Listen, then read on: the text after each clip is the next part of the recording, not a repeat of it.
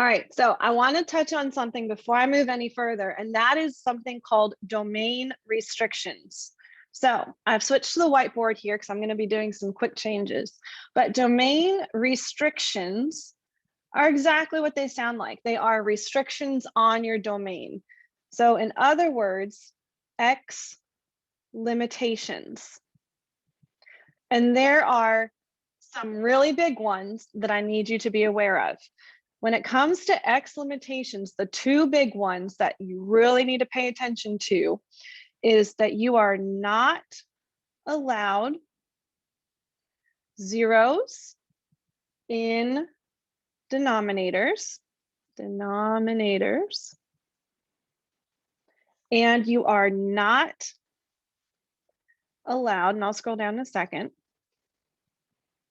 see, negatives in square roots. So at any time that you see either a denominator or a square root, you need to pay super close attention to this thing. If you do a denominator, if you do a square root, you have to figure out what is not allowed. Now there's a quick and easy way to do this, okay? Quick and easy way to figure out what numbers are not allowed.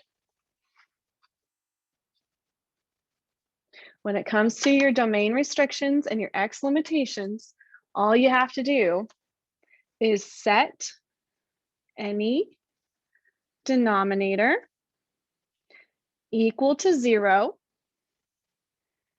or set any radical greater than 0.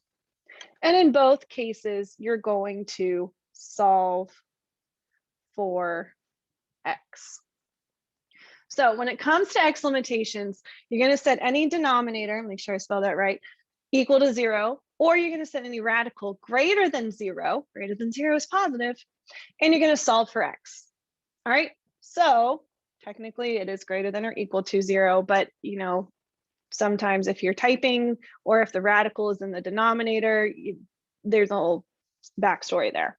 So quick example. The problems that we just did. All right, if you're with me for those previous problems, you saw, all right, so from 2C, my final answer was 10x over x plus 2. Well, you're going to see, what is a domain restriction? My domain restriction is based on my denominator if it were ever to equal 0. So I'm going to solve for X here, subtract 2 from both sides, and I get X equals -2. This is not allowed. And the reason it's not allowed is because if we take -2 and we plug it in, we get that big no-no of a 0 in the denominator. So all that we end up doing is we say the domain is X does not equal -2. That implies it's everything except -2. It's -1.99999. It's -2.00001. It's 5. It's -7. It's 436, but it's not -2. And that's all we do for our domain restrictions. So if you're ever asked, what is a domain restriction? Pay attention to any denominator and any radical. Now, I haven't done a radical yet, but I am going to do one more denominator for you. And that's going to come from the previous problem that we did, 3a. Our final answer for 3a was 15x minus 3 all over 3x squared minus 5x. So there's my denominator, 3x squared minus 5x, set that equal to 0. Here's where it can get a little tricky. To solve this out, you must factor, all right? We did not touch a ton on this, but we're going to really keep working on it. You must factor out that x, and now you're going to set each piece equal to 0.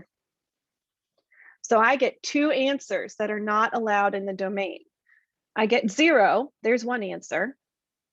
And then when I solve for x over here, I add the 5, I divide the 3. So these 2 answers are my domain restrictions. Domain is not,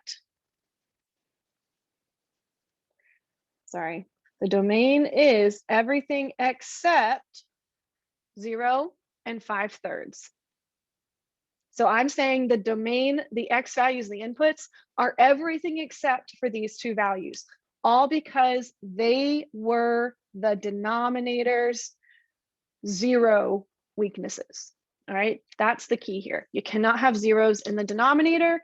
If you ever see a denominator, set it equal to 0 to find out what is not allowed.